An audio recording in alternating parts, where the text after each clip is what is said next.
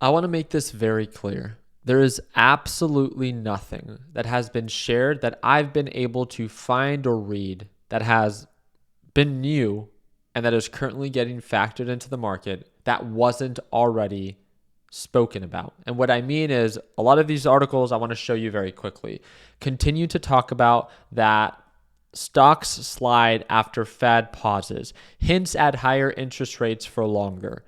None of that, not, I mean, I apologize if you're new to the market and maybe you didn't have the experience or the understanding that this has been talked about before, but there is nothing new that has been shared. Jerome Powell, who is the head of the Federal Reserve, right? This FOMC meeting that was yesterday, he spoke about, yeah, there could be potentially one more rate hike by the end of 2023.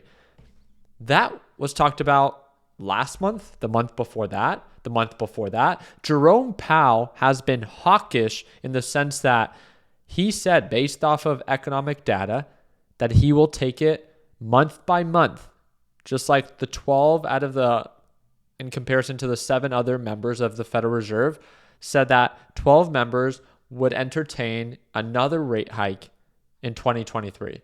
None of that is a surprise. Yet all of these news outlets just continue to talk about it because I don't think anyone can point the finger. I wanted to ask you, if you find an article that really highlights what is going on with the stock market right now and why it's selling off, send me a message. I like to keep things very simple. It's just the current market sentiment, right? Fear is being injected into the market that you either work with it or you don't, right? There's no reason to overcomplicate it. I'm going to start sharing my screen. NASDAQ market sold off for the second day in a row. It wasn't really until the last hour that we began to show signs of progress, right? If you guys paid attention to the market today, it pretty much consolidated all day, right? So if you held your position overnight for SQQQ, right? So SQQQ goes up when the NASDAQ market goes down. So first off, congratulations to all of the bears. I'm definitely jealous, right? You guys were able to make 5.7, pretty much 6% on the day. Now, the only people that really made good money today are the people that held from yesterday. There's a risk that comes with that. I just didn't want to take the risk. If you didn't want to take it, it just comes with the territory, right? It's not that you had a horrible day. It's just that you missed out on an opportunity. Who cares? You get 252 trading days in a year. Don't let one day define you. With that being said, there's a lot of consolidation today. A lot of consolidation pretty much for the entire market. It wasn't until the last hour, right? This is the same resistance that we finally actually broke above that resistance at 2030 for SQQQ and began to rally, right? Power hour played out well for the bears. Didn't play out so well for the bulls. We sold off. Let it happen, right?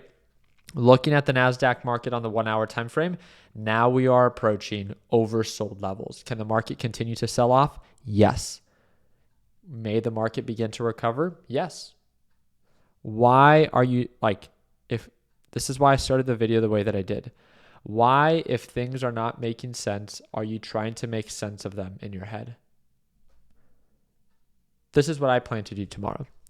Tomorrow, when it comes down to economic reports, during tomorrow's live trading session, there's going to be 2, right? We got the S&P Global US Manufacturing PMI and S&P Global US Services PMI. PMI reports, both of them, 15 minutes after the market opens. This will be caught within tomorrow's live stream. Other than that, there's nothing too significant, not even the Federal Reserve's calendar for tomorrow on Friday.